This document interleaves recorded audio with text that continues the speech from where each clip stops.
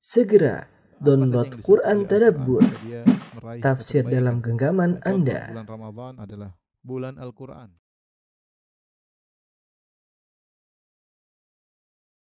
Bismillahirrahmanirrahim. Assalamualaikum warahmatullahi wabarakatuh. Alhamdulillahi ala ihsani wa syukru lahu ala taufiqihi wa amtinani. Asyhadu an la ilaha illallah wahdahu la syarika lahu ta'ziman li sya'ni. Wa asyhadu anna Muhammadan abduhu wa rasuluhu da'ila ridwani. Allahumma salli alaihi wa ala alihi wa ashabihi wa ikhwani. Ikhwan dan akhwat yang dirahmati Allah Subhanahu wa taala. Ini pembahasan kita yang terakhir dari buku yang saya tulis tentang ajaran-ajaran mazhab Syafi'i yang ditinggalkan oleh sebagian pengikutnya tentang permasalahan status orang tua Nabi sallallahu alaihi wasallam. Baru sekali ini saya membahas secara detail. Saya tidak pernah membahas pembahasan ini secara detail. Saya menyinggung pernah ketika ditanya atau ketika saya membahas sirah Nabi sallallahu alaihi wasallam, ketika dalam sirah tersebut ada kisah Nabi sallallahu alaihi wasallam mampir di kuburan orang tuanya, kemudian Nabi menangis. Sehingga akhirnya saya harus jelaskan kepada jemaah kenapa Nabi sallallahu alaihi wasallam menangis.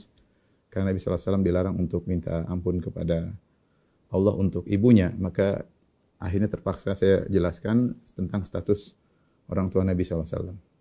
Ini saya ingin sampaikan hari ini karena ada di sana provokator yang mengesankan seakan-akan kita ini sukanya membahas masalah ini. Enggak, saya enggak pernah bahas secara khusus, enggak pernah. Ya, ini baru pertama saya bahas karena terlalu banyak fitnah, tuduhan yang tidak-tidak ya. Dan di sana ada orang provokator, ya, sebagian mereka jahil, sebagian mereka memang licik ya, sudah tahu ini permasalahan khilaf tapi mengesankan kepada masyarakat seakan-akan bahwasanya orang yang bahas tentang orang tua Nabi atau menyatakan orang tua Nabi misalnya meninggal dalam kondisi kafir berarti benci kepada Nabi, tidak hormat kepada Nabi, menyakiti hati Nabi sallallahu alaihi wasallam, dan tuduhan segudang tuduhan yang berdampak pada sebagian dai harus akhirnya diusir dari berbagai tempat. Saya hanya ingin maksudnya agar mereka tidak semakin zalim, semakin tidak berbuat zalim kepada sesama dai misalnya, karena memprovokasi masyarakat untuk membenci seorang yang seharusnya tidak pantas dibenci kalau cuma karena masalah itu. Ini masalah bukan masalah baru ya. Masalah yang sudah dibahas oleh para ulama. Yang anehnya justru mazhab ulama Syafi'iyah berpendapat bahwasanya orang tua Nabi meninggal dalam kondisi kafir ya.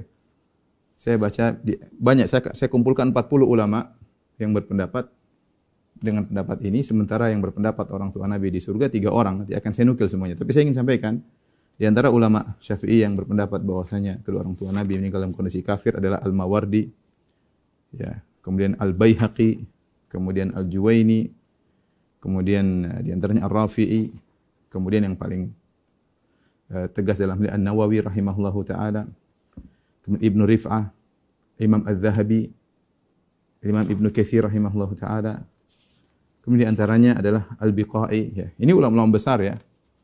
Ulama besar dari mazhab Syafi'i yang terkenal, ada pakar tafsir, ada pakar fikih, ada pakar hadis ya.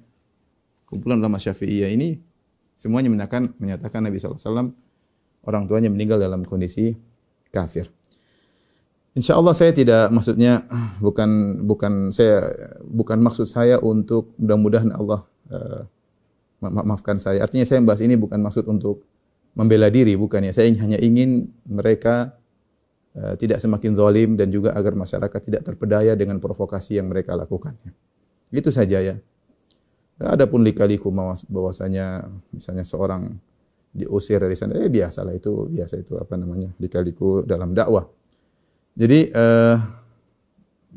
saya tidak bermaksud, mudah-mudahan Allah luruskan niat saya. Saya bukan bermaksud membela diri, tapi tadi niat saya agar yang sang provokator tidak semakin zalim, karena namanya kezaliman itu dibalas oleh Allah terkadang di dunia sebelum di akhirat. Kalau dia selamat di dunia, dia akan dibalas di akhirat ya, karena menzalimi orang lain. Semoga dia tidak terus dalam kezalimannya. Yang kedua, agar masyarakat tidak terpedaya dengan provokasi orang-orang yang sebagian jahil atau yang licik ya. Maka perlu kita jelaskan, mendudukan permasalahannya. Ya, sekali lagi saya ucapkan bahwa saya tidak pernah membahas secara khusus kecuali kali ini. Ya, kecuali kali ini karena sekedar untuk pembelajaran ya. Allahul musta'an. Baik. Di antara mereka ketika membahas masalah ini terungkap ungkapan-ungkapan yang kasar seperti Wahabi orang goblok ya. Ada pernyataan seperti itu ya. Ya. Ada perkataan kasar cuma kurang ajarnya Wahabi begitu. Wahabi bilang bapak ibu Nabi dalam neraka. Ini orang-orang goblok, orang-orang tidak ngerti hadis. Ucapan yang kasar ya, tidak ngerti hadis, goblok, Wahabi. Ya. Kalau Imam Nawawi hidup kemudian menyatakan kedua orang tua Nabi meninggal dalam kondisi kafir bahkan di neraka, apa kira-kira dia lakukan terhadap Imam Nawawi? Dibilang goblok, tidak tahu hadis. Kalau Imam Zahabi kemudian menyatakan pernyataan yang sama. Kalau Imam Ibnu Katsir menyatakan pernyataan yang sama. Ke Al-Biqai, Al-Baihaqi, kumpulan sejumlah deretan ulama-ulama besar mazhab Syafi'i kemudian dikatakan goblok atau dikatakan Wahabi kali, oh itu Wahabi. Ya. Ini saya lihat ini biasanya pernyataan orang seperti ini orang mungkin tidak pernah belajar secara akademisi ya. Wajar ya kita memaklumi, semoga Allah mengampuni orang-orang seperti ini. Kemudian memberi statement-statement yang seperti ini. Dan tadi karena masyarakat kebanyakan tidak ngerti tentang permasalahan sebenarnya terbawa ikut-ikut menggoblokkan. Dia tidak tahu bahwasanya yang ucapkan ini bukan Firanda atau fulan, banyak ulama yang berpendapat seperti saya sebenarnya 40 orang nanti disebutkan ya. Mau dicap goblok, dicap Wahabi, tidak cinta kepada Nabi ya. Tidak cinta kepada inilah, menyakiti hati Nabi lah. Ini ulama-ulama yang kita sebut dari Ibnu Katsir, Az-Zahabi, An-Nawawi.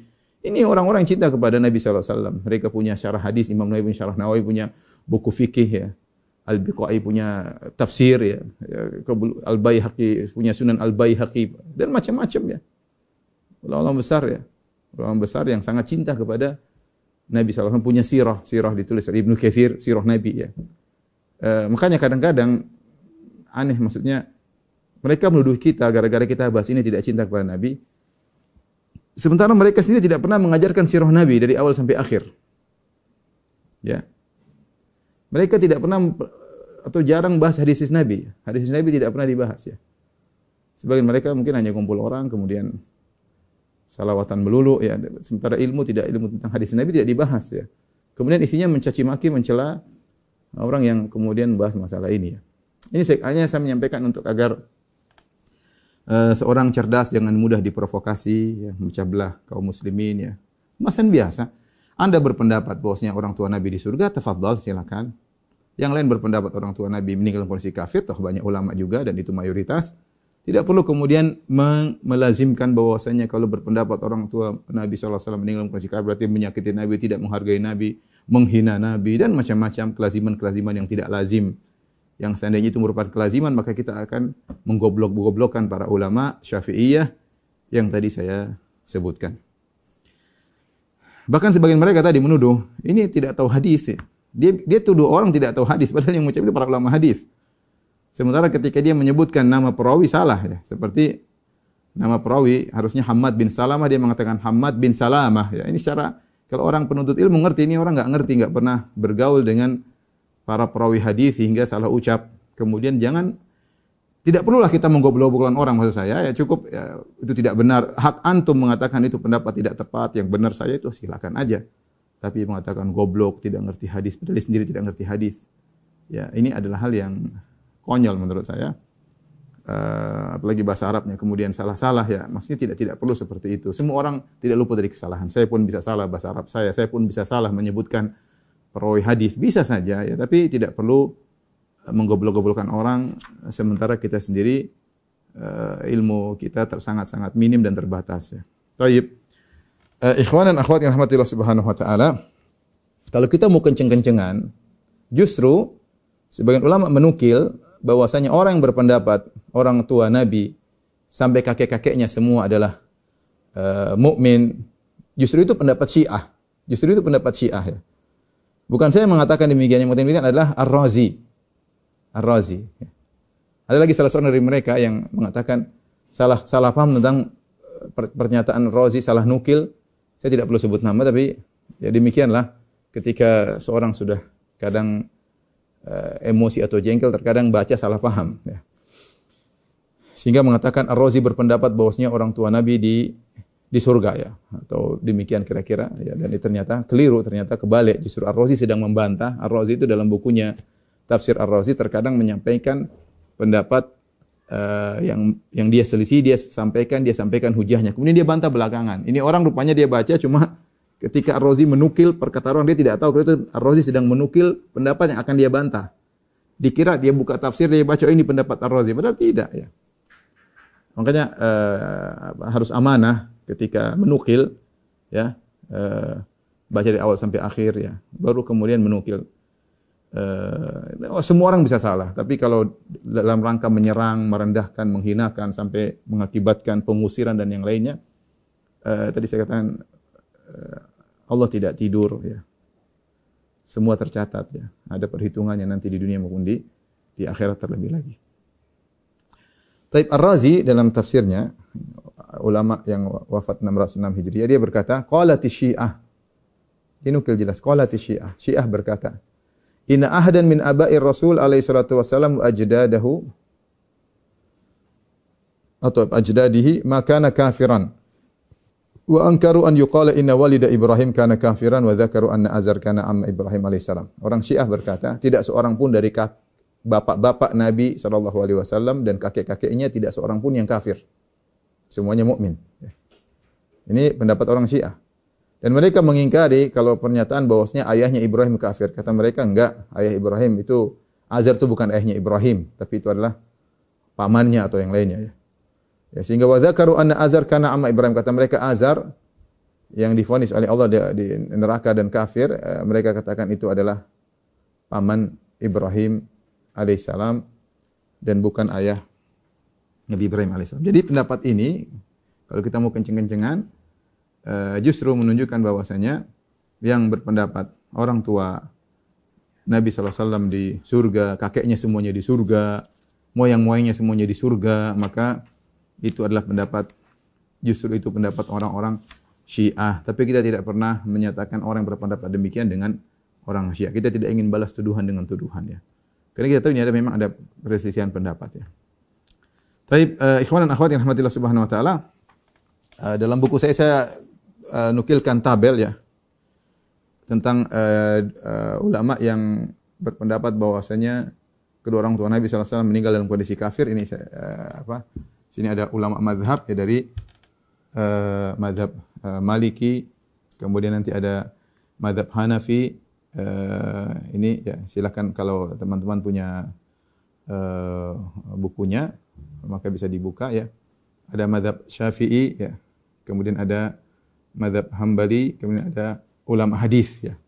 Banyak sekali dari mazhab Maliki. Saya tuliskan juga dan saya nukil perkataan mereka semua di lampiran ya, bahwasanya inilah para ulama yang berpendapat bahwasanya kedua orang tua Nabi sallallahu alaihi wasallam meninggal kondisi kafir. Contohnya Al-Qadhiyyat ya. Qadhiyyat ini ulama masyhur ya, tentang yang punya buku kalau tidak salah Syifa fi Huquqil Mustafa, tentang hak-hak Nabi sallallahu alaihi wasallam. Artinya sangat cinta kepada Nabi sallallahu alaihi wasallam. Tidak mungkin dia benci kepada Nabi ketika punya pernyataan tentang kedua orang tua Nabi. Itu pembahasan lain. Jangan lazim-lazimkan. Al-Qadhiyyat yang wafat 544 Hijriah ini mazhab Maliki. Kemudian ada namanya Abul Abbas Al-Qurtubi, bukan Abu Abdullah. Abul Abbas Al-Qurtubi yang punya kitab Al-Mufhim. Kalau Abu Abdullah yang punya tafsir.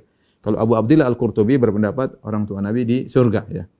Ya, dan itu ulama pertama yang saya tahu dari mutaqaddimin yang berpendapat orang tua Nabi di surga adalah Abu Abdullah Al-Qurtubi, penulis tafsir Al-Qurtubi, dan dia disebutkan juga dalam kitabnya At-Tadhkirah. Ya, dua kitabnya. Adapun ini lebih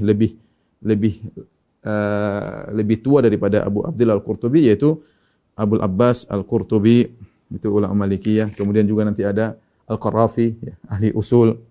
Ini ulama Malikiyah ya.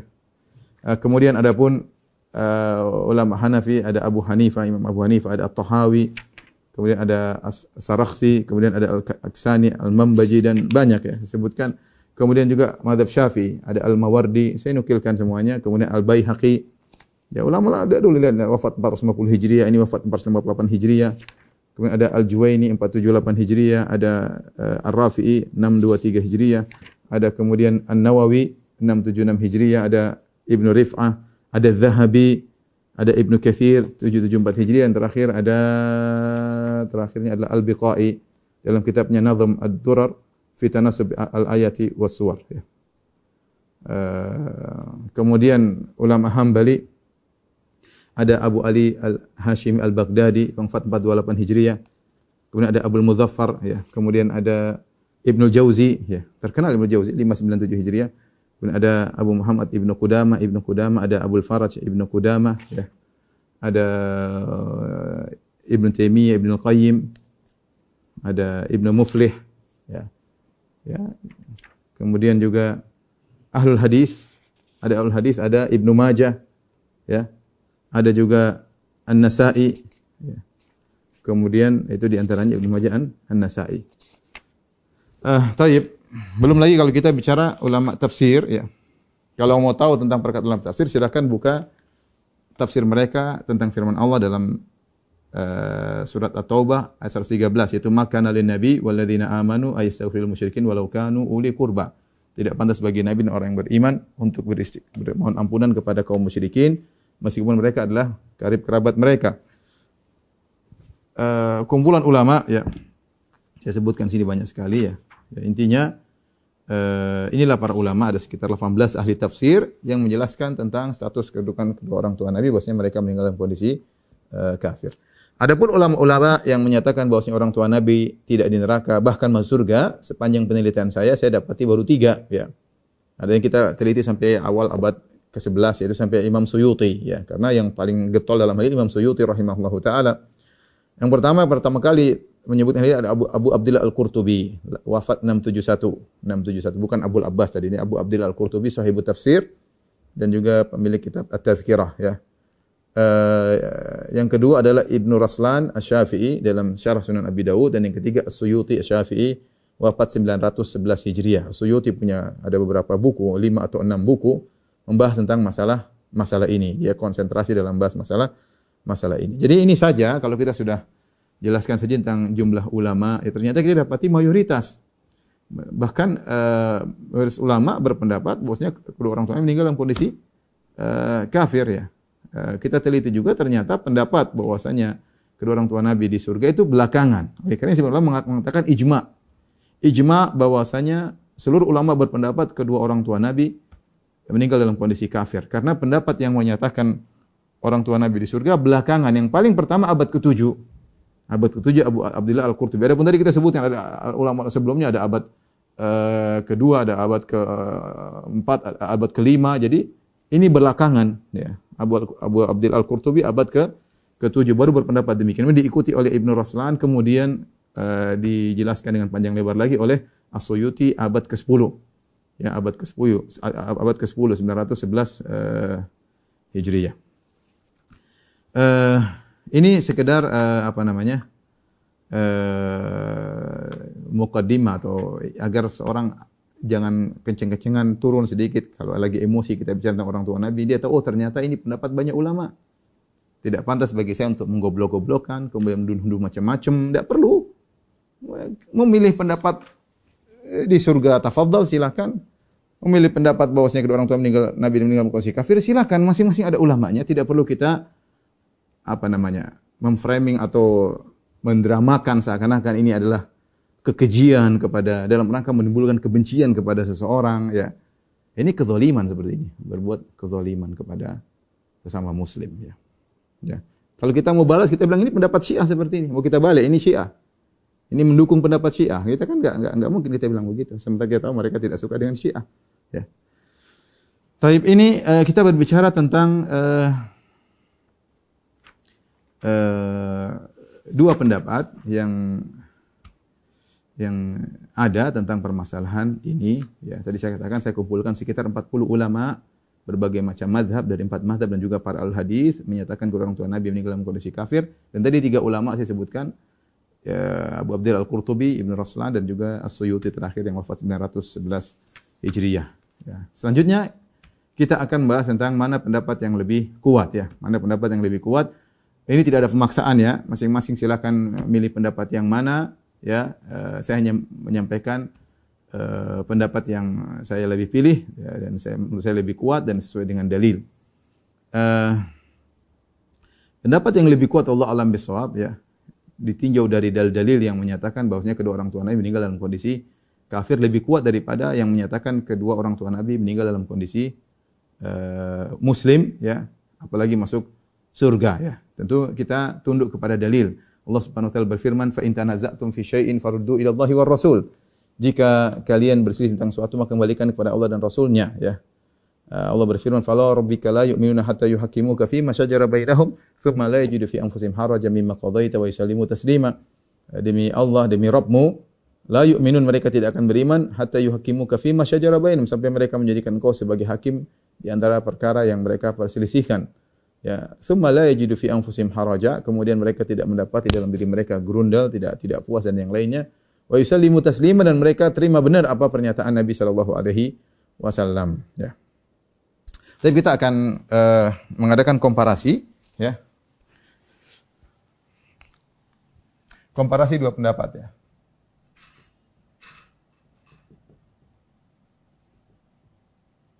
Tentang status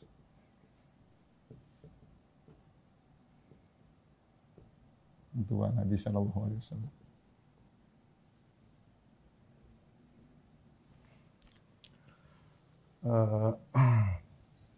Ya, ada dua pendapat, ya.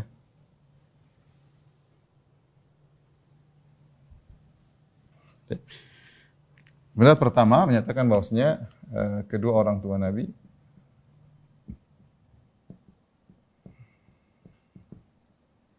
sallallahu alaihi wasallam meninggal dalam kondisi kafir. Dalam kondisi kafir. Yang kedua, pendapat kedua bahwasanya kedua orang tua Nabi sallallahu alaihi wasallam masuk surga.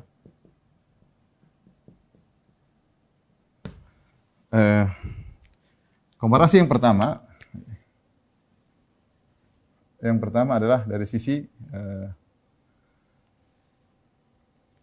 yang pertama adalah jumlah ulama, ya.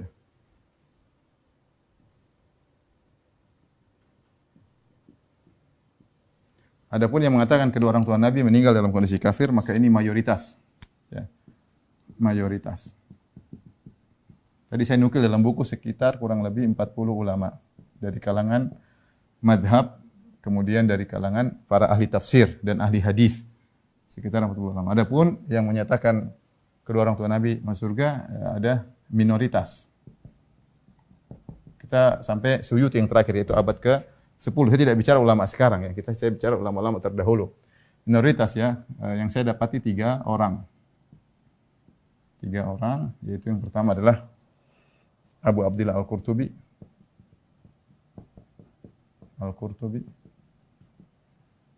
Yang wafat pada, tadi saya kalau tidak salah ingat, 671 Hijriah. Kemudian Ibnu Raslan, abad ke-9. Kemudian Suyuti, rahimahullah, wafat 911 Hijriah. Ini awal abad ke-10. Adapun ini ada Abu Hanifah dan yang lainnya, ya. Ini dari sisi pertama. Kemudian sisi yang kedua,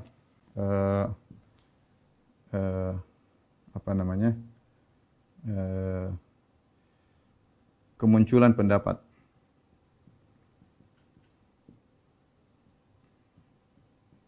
Maka yang ini adalah pendapat lebih dahulu.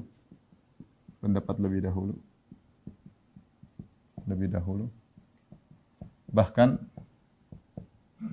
sebagian ulama mengatakan ijma'.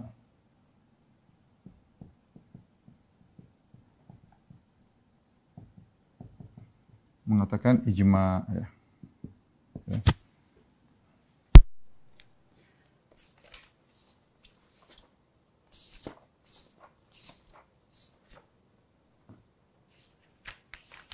Yang paling dikenal, pertama menjelaskan masalah ini adalah Abu Hanifah 150 Hijriah, ya. Yang paling awal dinukil adalah Imam Abu Hanifah yang 150 Hijriah. Ini yang pertama kali dikenal mengucapkan atau mengutarakan pendapat ini, sebagaimana dinukil oleh Ibnu Abidin dalam Radul Muhtar, ya, Al-Durrul Mukhtar. Dinukil pula oleh Ali Al-Qari dalam Adillah Mu'taqad Abi Hanifah, ya. Ini dinukil. Adapun ini yang pertama kali mengutarakannya, ya, adalah Abu Abdillah Al-Qurtubi. Ini pendapat belakangan.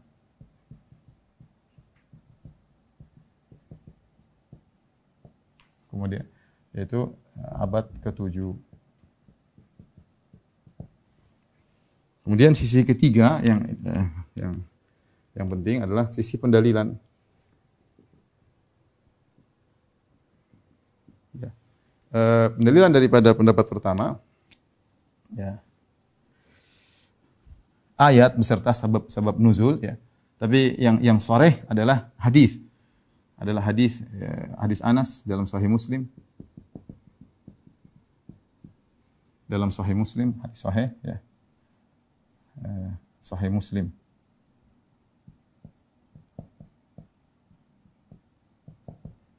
Yaitu ada seorang datang kepada Nabi SAW mengatakan, "Ya Rasulullah, aina abi?" Kata Rasulullah SAW, "Inna abaka finnar." Falamma qaffa, kata Rasulullah, ayahmu di neraka. Ketika dia pergi, Nabi panggil. Nabi berkata, "Inna abi wa abaka finnar." Kata Nabi SAW kepada orang tersebut, hadis Anas bin Malik, "Inna abi wa abaka finnar." Ayahku dan ayahmu di neraka. Baik. Kemudian juga ada hadis Abu Hurairah. Hadis Abu Hurairah tentang Nabi dilarang istighfar, Nabi SAW menangis karena dilarang istighfar untuk ibunya, tapi diizinkan untuk berziarah. Hadis ini diriwayatkan dua, ya, atau salah, ya. Diriwayatkan oleh dua sahabat. Hadis tentang Nabi menangis sallallahu alaihi wasallam, menangis karena dilarang istighfar untuk ibunya. Hanya diizinkan untuk menziarahi kuburan ibunya. Hadis ini diriwayatkan oleh dua sahabat. Yang pertama Abu Hurairah dalam Sahih Muslim, hadis riwayat Muslim. Yang kedua adalah Buraidah bin Husayb, dari Buraidah radhiyallahu anhu. Ini hadis riwayat Ahmad. Kedua-duanya hadis yang sahih, ya. Adapun dan hadisnya dan jenis dari pendalilan ini, jenisnya adalah jenisnya nas, tegas. Jenis pendalilan nas yang tegas. Ya, pertama kita perhatikan ketika orang datang kepada Nabi, Nabi berkata, "Aina abi?" Di mana ayahku? Kata Rasulullah SAW, "Finnar." Ayahmu di neraka. Kemudian dia pergi sedih.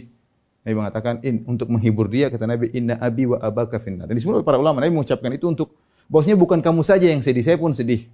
Sebagaimana bapakmu di neraka, bapakku juga di neraka. "Inna abi wa abaka finnar." Sungguhnya ayahku dan ayahmu di neraka. Hadis yang kedua juga tegas. Rasulullah SAW, hadis Abu Hurairah maupun Buraidah. Dalam Sahih Muslim, Rasulullah SAW menangis, kemudian dia mengatakan, "Ista'dzantu Rabbi an astaghfira li ummi, falam ya'dzan li." Aku minta izin kepada Rabbku untuk minta ampunan kepada ibuku. Untuk ibuku tidak, Allah tidak mengizinkan. Wa ista'dzantuhu li an azura qabra ummi, dan aku minta izin untuk menziarahi kuburan ibuku, fa adzina li, maka aku diizinkan. Maka Nabi pun menangis. Dalam riwayat yang dari Imam Ahmad, Rasulullah menangis dan fa'abaka man haulahu, para sahabat semua juga menangis. Kata Rasulullah SAW, "Kenapa engkau menangis?" Kata Rasulullah SAW, "Aku minta izin untuk mohon ampunan, aku tidak diizinkan, aku minta izin untuk menziarahi, diizinkan, dan aku menangis karena kenapa aku menangis? Rahmatan laha minan nar." Lafalnya jelas, rahmatan laha minan nar. Aku kasihan sama dia karena terkena api neraka Jahannam, Taib. Adapun sisi pendalilan dari kedua orang tua masuk surga, ayat-ayat umum, ya. Ayat umum seperti firman Allah Subhanahu wa taala, "Wa ma kunna mu'adzibina hatta nab'atsa rasula." Wa ma kunna mu'adzibina hatta nab'atsa rasula. Ikhwan, saya ingin ingatkan, ini sekedar pembahasan ya, saya tidak menyuruh, terserah mau pilih pendapatnya, terserah ya. Ini kan saya tinjauan dari pandangan saya dan masing-masing punya ulama, hanya tidak perlu kita mencela, menghina, merendahkan, apalagi mendolimi, jangan ya. Jangan. Wa ma kunna mu'adzibin hatta naba'al rasula, kami tidak mengadab ya, hingga kami utus seorang rasul. Utusan. Sisi pendalilannya bahwasanya orang tua Nabi di masa fatrah. Orang tua Nabi di masa fatrah tidak ada rasul sehingga mereka tidak pantas untuk diadab karena mereka masih belum sampai hujah kepada mereka. Atau ayat yang tafsirnya masih sangat umum, ya masih diperselisihkan. Seperti wa taqallubaka fis sajidin. Kata Allah wa taqallubaka fis sajidin. Dan pergerakanmu kepada dalam orang-orang yang sujud. Kalau ayatnya zahirnya wa tawakkal 'alal hayyil ladzi la yamut, bertawakallah kepada Allah yang Maha hidup dan tidak mati, alladzi yaraka hina taqum, yang melihatku engkau ketika kau berdiri untuk salat. Wa taqallubaka fi sajdat, kalau sedang sujud walaupun melihatmu. Mereka menafsirkan wa taqallub di sini maksudnya engkau air manimu atau ruhmu atau keturunanmu berpindah-pindah dari sajidin, dari nenek moyangmu pertama Nabi Adam sampai dirimu semuanya orang yang sujud, semuanya. Ini seperti saya katakan pendapat Syiah, meyakini semua kakek Nabi dari Nabi Adam sampai Nabi semuanya orang-orang yang sujud. Itu perpindahanmu pada orang-orang yang sujud. Ini tafsir yang ada yang seperti agak dipaksa-paksakan, tapi intinya tafsirnya kurang pas ya. Karena dalilnya tidak ada, bahkan ada dalil tapi hadisnya dhaif atau maudhu. Saya nukilkan semuanya dalam buku saya. Ini atau hadis palsu.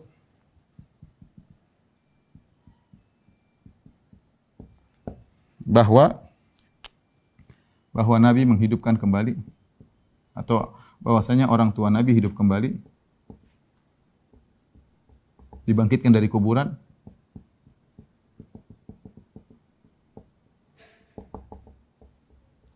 lalu beriman. Ini hadis palsu ya. Jadi orang tua Nabi bangkit lagi kemudian disuruh beriman dan mereka beriman. Hadis palsu sampai Az-Zahabi ahli hadis dari mazhab Syafi'i mengatakan man dzal haywan al-kadzdzab, siapa hewan pendusta yang meriwayatkan hadis ini. Imam Zahabi punya perkataan yang tegas dalam membahas ketika membahas ini hadis palsu.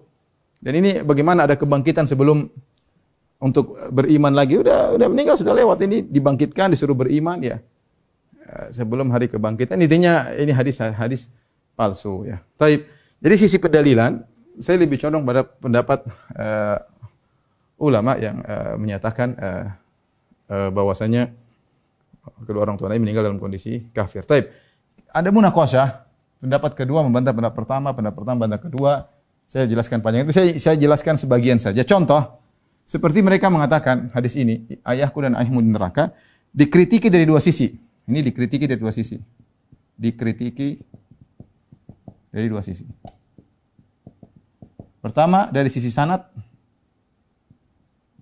Katanya hadisnya syadz. Ya. Yang kedua, dan dari sisi makna.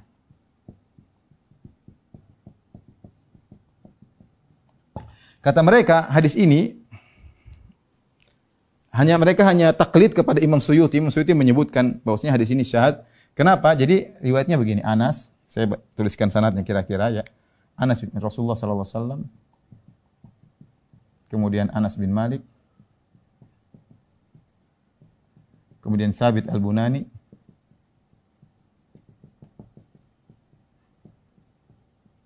Kemudian Hammad bin Salamah. Hammad bin Salamah. Baik.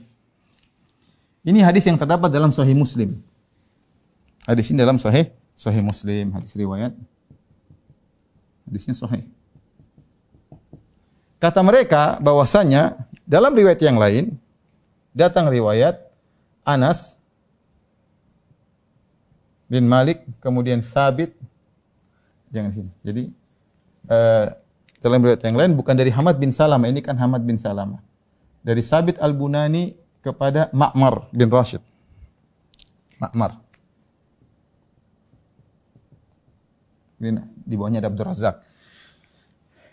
Dalam hadis Ma'mar ini tidak disebutkan inna abi wa abaka finnar. Dalam hadis Ma'mar, di antaranya riwayat Ibnu Majah dan Abdul Razak disebutkan bahwasanya seorang datang kepada Nabi SAW kemudian mengatakan, ya Rasulullah, inna abi kana yasil rahim, ayahku dulu begini baik dan begini melakukan begini. Kata Nabi, di mana ayahku? Kata Rasulullah SAW, inna abaka finnar, ayahmu di neraka. Orang itu sedih, dia mengatakan, wa aina abuka? Kalau gitu bapakmu di mana? Kata Rasulullah tidak menjawab ayahku di neraka. Rasulullah mengatakan, haitsuma marartu bi qabri musyrikin fabashshiru binnar. Kapan kau melewati kuburan orang musyrik, maka kabarkanlah bahwasanya di neraka. Setiap kali lewat orang ketemu kuburan musyrik, selamat masuk neraka. Ketemu orang musyrik, selamat masuk neraka. Itu kata mereka, ternyata lafal di Ma'mar tidak disebutkan lafal ini. Ayahku dan ayahmu di neraka, sehingga Ma'mar lebih thiqah dalam periwayatan daripada Thabit, daripada Hamad bin Salamah. Ini kesimpulan dalil yang didengung-dengungkan oleh mereka, dan mereka hanya taklid kepada As-Suyuti rahimahullahu ta'ala. Jadi kata mereka lafal ini, Imam Muslim ini hadisnya syadz dan yang sahih, yang mahfuz adalah hadis Ma'mar dari Thabit Al-Bunani dari Anas bin Malik Rasulullah sallallahu alaihi wasallam. Saya jelaskan dengan panjang lebar. Pertama saya katakan, tidak kita ketemukan riwayat dari Ma'mar, dari Thabit, dari Anas bin Malik. Saya tantang mereka datangkan riwayat tersebut dalam buku hadis manapun. Mereka hanya nukil dari Suyuti, dan Suyuti tidak menyebutkan sumber dawawin hadisnya ya. Dari mana kitab hadis mana? Ya. Tidak ada. Tidak ada periwayatan Ma'mar dari Thabit, dari Anas bin Malik, dari Rasulullah, hadis yang tadi kita sebutkan. Ini riwayat tidak ada dalam buku-buku hadis. Ya. Sehingga mereka hanya nukil. Namanya orang bisa salah, Suyuti rahimahullah bisa salah. Buktinya tidak ada ulama yang mengisyaratkan tentang riwayat ini dari Ma'mar, dari Thabit, dari Anas bin Malik. Ini bantahan pertama. Riwayatnya enggak ada. Jadi saya boleh katakan dusta. Kalau kita Suyuti mungkin bisa salah. Antum jangan ikuti kesalahannya. Nah, kalau antum bilang ada, datangkan riwayatnya. Datangkan riwayatnya. Tidak perlu menggoblok-goblokkan orang, datangkan riwayatnya, diskusi. Dan saya rasa saya tidak akan bisa mendatangkan riwayatnya. Ini pendapat pertama. Kedua, bantahan kedua, kalau memang dia bisa datangkan riwayat dari Ma'mar, dari Thabit, dari Anas bin Malik, para ulama sepakat bahwasanya Hamad bin Salamah meriwayatkan dari Thabit Al-Bunani lebih thiqah dari Ma'mar, dari Thabit. Ini menakjubkan. Ini dinukil dari Imam Muslim, ulama hadis, dari Yahya Al-Qattan, Yahya bin Ma'in. Semuanya berpendapat, athbatun nasi fi Thabit, perawi yang paling thiqah dari Thabit Al-Bunani, Hamad bin Salamah. Yang paling thiqah, melebihi yang lainnya. Kalaupun ada dua riwayat yang lebih thiqah, ini bukan Ma'mar. Karena ini perawi yang paling thiqah dari Thabit Al-Bunani, dinyatakan ijma' para ulama ahli hadis, dinukil oleh Imam Muslim, dan ada nukilan semua dalam buku saya sudah kumpulkan. Dari Yahya Al-Qattan, dari Yahya bin Ma'in, semuanya asatin ahli hadis, pakar-pakar hadis. Ahli jarh wa ta'dil. Mereka mengatakan athbatun nasi fi Thabit Hamad bin Salamah, rawi yang paling thiqah terhadap Thabit atau Hamad bin Salamah. Yang menakjubkan lagi, ternyata sebagian ulama mengatakan riwayat Ma'mar dari Thabit riwayat yang dhaif. Kalau Ma'mar meriwayatkan dari Thabit riwayat yang dhaif. Ini kenapa bisa diputarbalikkan fakta kalau Ma'mar meriwayat dari Thabit padahal riwayatnya enggak ada? Pertama, riwayat itu enggak ada ya. Yang kedua, kalaupun ada, kenapa yang dhaif mengalahkan yang thiqah? Jadi inilah masalahnya begitu. Jadi memutarbalikkan fakta, maksudnya bukan saya rasa mereka bukan sengaja untuk berbohong, tidak. Tetapi kalau kita akademisi ya kita harusnya belajar, ngecek dulu yang lain bagaimana. Jangan langsung keluarkan gelaran-gelaran goblok apa, enggak perlulah. Cek dulu. Saya tantang tadi, saya bilang datangkan riwayat Ma'mar dari Thabit, dari Anas bin Malik. Datangkan riwayat tersebut. Kalaupun ada, dan saya rasa mereka tidak akan menemukan. Ya. Kalaupun ada, maka riwayatnya lebih thiqah Hamad bin Salamah dari Thabit Al-Bunani. Bukan katakan Hamad dhaif, Ma'mar sahih. Ini ulama hadis mana yang ngomong demikian? Ya. Taib. Ada riwayat dari Ma'mar yang tadi saya sebutkan, bahwasanya ada seorang datang kepada Nabi SAW, ya Rasulullah, inna abi kana yasilur rahim, kana abi, ayahku dulu baik, menjamu silaturahim. Bagaimana dia ya Rasulullah? Dia di neraka, kata Nabi. Kemudian kata dia, aina abuk, di mana ayahmu? Kata Nabi, haitsuma mararta bi qabri musyrik fabashirhu bin nar.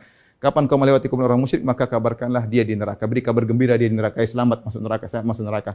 Hadis itu diriwayatkan dari Ma'mar lewat Az-Zuhri secara mursal. Ma'mar dari Az-Zuhri kemudian langsung ke Rasulullah. Hadisnya mursal, hadisnya dhaif. Ini disebutkan oleh Ad-Daruqutni, pakar ilal hadis ya, sebutkan. Adapun Ma'mar dari Thabit hadisnya tidak ada ya. Baik. Jadi hadisnya sahih. Datangkan ulama hadis yang mendhaifkan hadis ini. Dalam Sahih Muslim. Dilewati oleh para ulama, dibaca oleh banyak ulama, tidak ada yang mendhaifkan hadis ini. Ya. Kalau datang Suyuti rahimahullah, kita bilang Suyuti wahim, salah dia. Buktinya dia tidak bisa mendatangkan riwayat mana dari Ma'mar. Itu pun salah. Yang benar Hammad bin Salamah lebih sikoh daripada Ma'mar. Ya. Taib. Yang kedua, mereka mengkritiki, kata mereka, inna abi wa abaka finnar. Ayahku dan ayahmu di neraka. Kata mereka, kalaupun ini hadis sahih, abi maksudnya pamanku. Sungguhnya pamanku dan ayahmu di neraka. Ya akhi, ini benar kata abi, terkadang bisa maknanya adalah paman, tapi itu keluar daripada hukum asal. Jangan bilang Wahabi goblok, tidak ngerti bahasa Arab. Kita bilang kita ngerti juga ya. Bisa jadi abi maknanya pamanku, bisa. Tapi hukum asal, abi ayahnya artinya ayah. Artinya ayah. Mana pendalilan menunjukkan bahwa ini adalah paman, dari mana? Mana pentakwilannya? Terus apakah nyambung? Coba, ini orang datang kepada Rasulullah, Rasulullah, ayahku di mana? Apakah dia bilang pamanku? Dia sedang ngomong ayahku. Ayahku di mana ya Rasulullah? Rasulullah mengatakan di neraka. Kemudian dia sedih, kata Nabi, coba, kena bilang ayahmu dan pamanku. Kan enggak nyambung. Kalau abi ini diartikan paman, berarti Nabi sedang menghibur. Nabi mengatakan, sungguhnya ayahmu dan pamanku di neraka. Kalau paman beda dengan ayah. Ayah ini masalah ya, yang namanya orang tua, kita sangat sayang ya. Kita sangat sayang. Jadi di sini jelas bahwasanya Rasulullah ayah Nabi neraka. Saya cuma nyampein ya pendapat ini sekitar puluhan ulama. Antum enggak setuju enggak ada masalah. Antum setuju oke, enggak setuju enggak ada masalah ya. Tapi tidak perlu kita menghina, merendahkan, tidak perlulah. Apalagi menggoblok-goblokkan yang lain, ternyata bisa jadi kita lebih goblok daripada yang kita goblokkan. Tidak perlu. Ya. Yang kedua, hadis Buraidah, hadis Abu Hurairah, ini juga hadis Rasulullah menangis. Rasulullah SAW minta izin untuk mohon ampun. Ini sulit untuk mereka takwil. Rasulullah, apalagi dalam riwayat Imam Ahmad, rahmatan laha minan nar. Aku kasihan ibuku di neraka. Jelas ya, lebih sulit lagi untuk ditakwil karena ummi, ibuku, mau ditakwil bagaimana lagi? Kata mereka, Nabi menangis bukan karena apa-apa, macam-macam lah, tapi sulit. Saya rasa sulit untuk mentakwil hadis ini karena jelas Rasulullah mengatakan ista'dzantu rabbi li an astaghfira li ummi. Aku mohon izin kepada ayahku untuk mohon ampunan bagi ibuku, falam ya'dzan li, dan Nabi Allah tidak mengizinkan. Ya. Fasta'dzantuhu li azura qabraha. Aku minta izin untuk menziarah kuburan ibuku, fa adzina li, Allah izinkan. Maka Rasulullah SAW menangis. Apalagi dalam riwayat yang Ahmad tadi, rahmatan laha minan nar, ya, karena aku kasihan di neraka, karena terkena neraka jahanam, ya. Baik. Kritikan sudah kita. Bagaimana dengan ayat ini? Ayat ini termasuk dalil yang paling kuat, dan saya bilang ini dalilnya kuat ya, bukan dalilnya tidak kuat, dalilnya kuat. Sisi pendalilannya ada. Makanya saya bilang ini khilaf ya. Khilaf ini sisi pendalilannya ada. Kenapa orang tua Nabi SAW di masa fatrah yang Nabi belum diutus menjadi Nabi, kemudian orang tuanya meninggal, kenapa kita hukum meninggal dalam kondisi kafir? Apalagi sebagian ulama mengatakan di neraka, sebagaimana zahir daripada hadis. Bagaimana dengan ayat ini? Wa ma kunna mu'adzibina hatta nab'atsa rasulah. Kami tidak mengutus, tidak mengadab sampai kami utus seorang rasul, dan tidak ada rasul. Mereka di masa fatrah. Masa apa namanya? Di antara para rasul. Tapi kita bilang ini sisi pendalilan cukup kuat. Tapi ini hadisnya, ayatnya terlalu umum maknanya. Ini nas, ya. Ini abi wa abaka finnar, ayahku di neraka. Ibuku tidak boleh dimohon ampun baginya. Ya, kenapa? Karena meninggal dalam kondisi musyrik, ya. Tapi ayat ini dia umum, ya. Namun ada dalil-dalil begitu banyak yang akhirnya mengkhususkan ayat ini. Ya. Di antaranya dalil-dalil ini, ya. Dalil ini, ya. Bahwasanya ternyata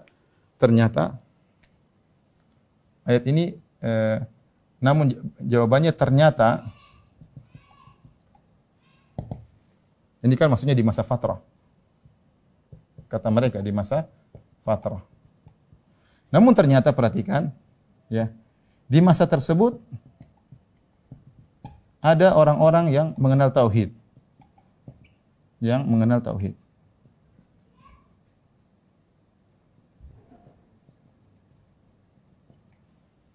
Bahkan di masa tersebut ada yang mendakwahkan tauhid. Meskipun Nabi belum berdakwah. Di masa tersebut ada yang divonis oleh Nabi masuk neraka. Sallallahu alaihi wasallam memvonis mereka masuk neraka. Ini 3 pendalilan yang menjadikan keumuman ayat ini melemah ya. Jadi tidak contohnya pertama, di masa tersebut ada orang-orang yang mengenal tauhid. Berarti ada ajaran yang tersisa, di antaranya orang-orang terkenal dengan Al-Ahnaf. Di antaranya Al-Qus bin Sa'idah. Bisa lihat, silakan browsing, cari Al-Qus bin Sa'idah, yaitu seorang yang bertauhid sebelum Nabi diangkat menjadi seorang rasul ya. Kemudian antaranya ada namanya siapa? Waraqah bin Naufal. Waraqah bin Naufal dia Nasrani tapi dia bertauhid. Dia bertauhid. Kemudian di antaranya Zaid bin Amr bin Naufal. Zaid bin Amr bin Naufal dia adalah anak pamannya Nabi sallallahu alaihi wasallam. Anak pamannya Umar bin Khattab. Karena namanya Umar bin Khattab bin Naufal kalau tidak salah ya. Jadi dia adalah sepupunya Umar. Zaid bin Amr bin Naufal inilah ayahnya dari Sa'id bin Zaid. Sa'id bin Zaid 10 orang dijamin masuk surga, yang ke-10 dia. Rasulullah mengatakan 10 orang dijamin masuk surga, Abu Bakar, Umar, Utsman, Ali, kemudian Abdurrahman bin Auf, Zubair bin Awam, Talha bin Ubaidillah, kemudian Sa'ad bin Abi Waqqas, kemudian Abu Ubaidah bin Jarrah, Sa'id bin Zaid. Inilah bapaknya namanya Zaid bin Amr bin Naufal. Kalau saya tidak salah ingat ya. Nah, inilah anaknya dijamin masuk surga. Bapaknya dulu dia menyerukan tauhid. Saya sebutkan riwayat-riwayatnya dari Asma binti Abi Bakar. Kalau tidak salah dia melihat dia bersandar di Ka'bah, kemudian dia menyuruh orang-orang untuk bertauhid, untuk mengikuti agama Ibrahim alaihissalam. Kemudian dia tidak mau makan sembelihan kepada selain sembelihan musyrikin. Dia mengatakan, gimana ini kambing, onta Allah ciptakan, kemudian kalian menyembelih dengan nama berhala-berhala. Harusnya kalian menyembelih dengan nama Allah. Dia bertauhid dan dia menyuruh kepada tauhid. Zaid bin Amr ini. Sepupunya Umar bin Khattab radhiyallahu taala anhu. Jadi ada orang yang mengenal tauhid ya. Dan ajaran Ibrahim masih tersisa. Bagaimana tidak tersisa? Ibrahim alaihissalam membangun Ka'bah dan itu lokasinya di Mekah. Kemudian ajaran Ibrahim diteruskan oleh putranya Ismail dan semua Quraisy keturunan Ismail alaihissalam. Masih ada sisa-sisa tauhid, buktinya orang-orangnya masih ada, dikenal dengan Al-Ahnaf. Berarti ada nilai-nilai tauhid yang tersebar ya. Allah alam sejauh mana, tapi intinya masih ada nilai. Kemudian juga Waraqah bin Naufal, benar Nabi Isa tidak diutus. Perhatikan sini, ini sisi pendalilan yang dakik atau yang dalam ya. Benar Nabi Isa tidak diutus kepada orang-orang Quraisy. Nabi Isa hanya diutus kepada Bani Israel. Ya. Tetapi kata para ulama, kalau masalah tauhid yang mendengar harus ikut. Berbeda dengan perincian syariat. Seperti Nabi Musa tidak diutus kepada Fir'aun. Nabi Musa tidak diutus kepada Fir'aun, dalam sisi dia hanya diutus kepada Bani Israel. Tetapi masalah tauhid, Fir'aun harus ikut Nabi Musa. Begitu sampai dakwah kepada Fir'aun, dia harus mentauhidkan Allah Subhanahu wa taala. Pun perincian syariat itu syariat untuk Bani Israel. Dan dakwah Nabi Isa sampai ke Arab, sampai ke Mekah. Buktinya ada Waraqah bin Naufal dan itu tauhid. Makanya ketika dikabarkan tentang Nabi, dia langsung ingin masuk Islam. Dia mengatakan, "Ya laitani kuntu jaz'an id akhrajaka qaumuka." Seandainya saya masih muda ketika kau diusir oleh kaummu, ya. Karena setiap nabi akan diusir, ya. Intinya berarti ada orang-orang yang mengenal tauhid dan juga ada yang mendakwakan tauhid. Ya, ini ada namanya Ahnaf. Ya, meskipun di masa fatrah ada tauhid. Apalagi Ibrahim alaihissalam membangun Ka'bah di situ dan nilainya masih ada. Kemudian yang lebih menakjubkan ada orang-orang yang divonis oleh Nabi masuk neraka. Orang tersebut mereka di alil fatrah. Di antaranya tadi ayah Nabi. Kemudian ayah orang yang bertanya kepada Nabi, di mana ayahku? Kemudian di antaranya Nabi yang vonis juga Abdullah bin Jud'an.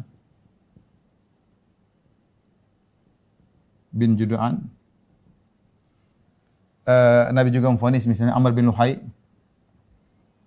Al-Khuzai. Ya, Abdullah bin Jud'an dalam hadis Muslim, hadis Sahih Muslim, Aisyah mengatakannya Rasulullah Abdullah bin Jud'an kana yasilur rahim kana ya Rasulullah Abdullah bin Jud'an dulu menyambung silaturahim begini baik. Yukrid dhaif, memulaikan tamu, kata Rasulullah sallallahu alaihi wasallam. Aisyah berkata, hal yanfa'uhu dzalik, apakah bermanfaat kebaikannya? Kata Rasulullah sallallahu alaihi wasallam, lam yakul yauman qad rabbi ighfir li khati'ati yaumiddin. Dia tidak pernah berkata sekalipun, ya Allah ampuni dosa-dosaku yaumiddin, pada hari pembalasan. Dia tidak bermanfaat kebaikannya semua. Sama juga Amr bin Luhai. Kata Nabi SAW, "Ra'aitu Amr bin Luhai al-Khuzai yajurru qasbahu finnar." Aku melihat Amr bin Luhai al-Khuzai. Ini mereka meninggal sebelum Nabi. Amr bin Luhai ini meninggal sebelum Nabi SAW.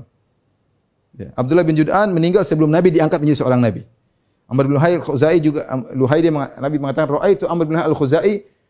Mungkin dia meninggal sebelum Nabi lahir. Yajurru qasbahu finnar. Dia menggeret susunya di neraka jahanam. Kenapa? Kata Rasulullah SAW, "Annahu awwalu man sayyaba sawaib." Dia yang pertama kali mengkeramatkan onta-onta. Dia yang pertama kali mengimpor kesyirikan dari negeri Syam ke kota Mekah di neraka. Padahal di masa fatrah. Nabi belum diutus. Contohnya juga adalah Hatim At-Ta'i.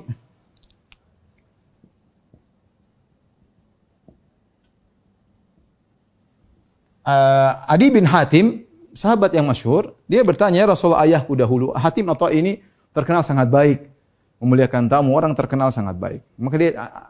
Maka anaknya tanya, "Ya Rasulullah, bagaimana ayahku?" Lalu dulu kebaikan-kebaikan. Kata Nabi SAW, "Kana abuka arada amran fa asabahu." Rasulullah kasih isyarat, ayahmu dulu ingin dipuji dan dia mendapatkan. Artinya dia melakukannya bukan karena Allah Subhanahu wa ta'ala. Ya. Ini semua tiga kondisi ini menjelaskan bahwasanya ayat ini masih terlalu umum sehingga lebih khusus ada dalil yang mengkhususkan keumuman ayat ini, sehingga berdalil dengan ayat ini tidak begitu kuat kalau kita hadapkan dengan hadis-hadis yang merupakan nas dalam permasalahan, dan ini adalah pendapat mayoritas ulama. Terakhir, ikhwan dan akhwat yang rahmatillah subhanahu wa ta'ala, mungkin ada yang bertanya, "Ustaz, apa hikmahnya ini semua?" Ya, kita bilang hikmahnya. Banyak ulama menyebutkan apa hikmahnya. Di antaranya ulama menyebutkan bahwasanya nasab tidak bermanfaat. Ya. Mau nasab, mau anak Nabi, mau orang tua Nabi, mau paman Nabi, mau saudara kandung Nabi atau siapapun, tidak bermanfaat kalau tidak berbuat tauhid kepada Allah Subhanahu wa taala. Oleh karenanya kita memiliki contoh-contoh, bukan cuma Nabi sallallahu alaihi wasallam. Nabi sallallahu alaihi wasallam, ya, orang tuanya disebut dalam hadis tadi di neraka.